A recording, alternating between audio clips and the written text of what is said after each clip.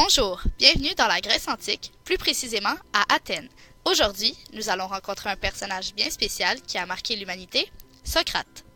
Cette capsule expliquera donc la vie et la mort de Socrate dans l'objectif de comprendre son influence sur la société actuelle.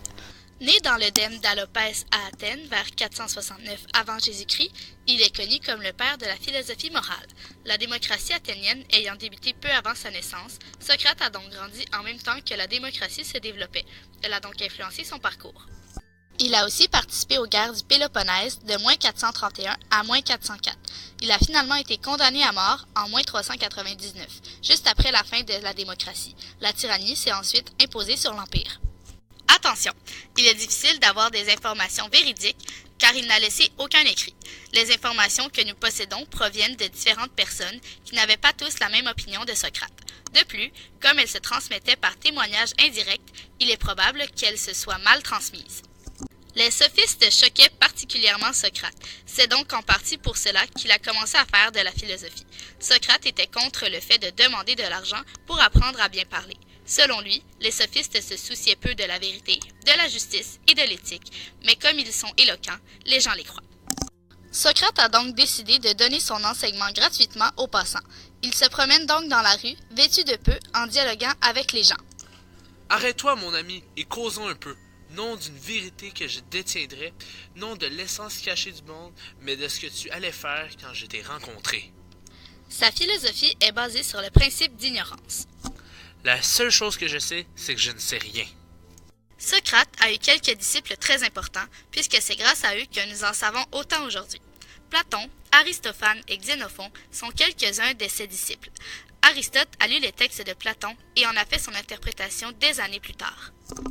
Après les guerres du Péloponnèse, Socrate a subi un procès. 3 chefs d'accusation pesaient contre lui. Ne pas reconnaître les dieux que la cité reconnaît, avoir introduit des divinités nouvelles et avoir corrompu les jeunes gens. Environ 501 jurés étaient présents au procès.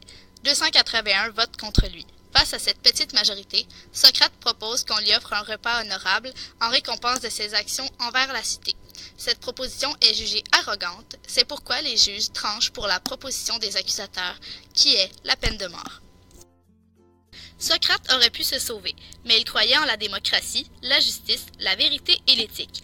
Il accepta donc son sort. Aussi, il croyait que le respect des lois de la cité était plus important que sa personne. Il but donc la ciguë, le poison officiel des Athéniens, et mourut dans la prison des 11 d'Athènes. Après sa mort, les Athéniens étaient en colère et en ont voulu à ses accusateurs, qui se sont fait harceler. Aujourd'hui, Socrate est encore considéré comme le père de la philosophie et son apologie est le mythe fondateur de la philosophie. Également, les principes et les valeurs qu'il défendait sont au cœur de la démocratie actuelle. L'absence d'écrits de Socrate et les contradictions entre les textes le mentionnant créent un aura de mystère autour de cet homme. Ce qui explique pourquoi il est encore étudié de nos jours. La perception que nous avons de lui change souvent selon les auteurs des textes le concernant. Encore aujourd'hui, il est étudié dans les cours de philosophie au cégep. Cependant, Socrate a une place privilégiée en Grèce. En 2012, ce pays a cru pertinent de refaire son procès dont les thèmes de la liberté d'expression et de la démocratie sont d'actualité. À la base, ce procès fictif a pour but de rétablir la réputation de la démocratie grecque, mais il amène aussi des réflexions. Entre autres, jusqu'où un citoyen contre le régime politique peut-il aller? Vous comprenez donc maintenant l'importance que Socrate a eue sur l'évolution de la société.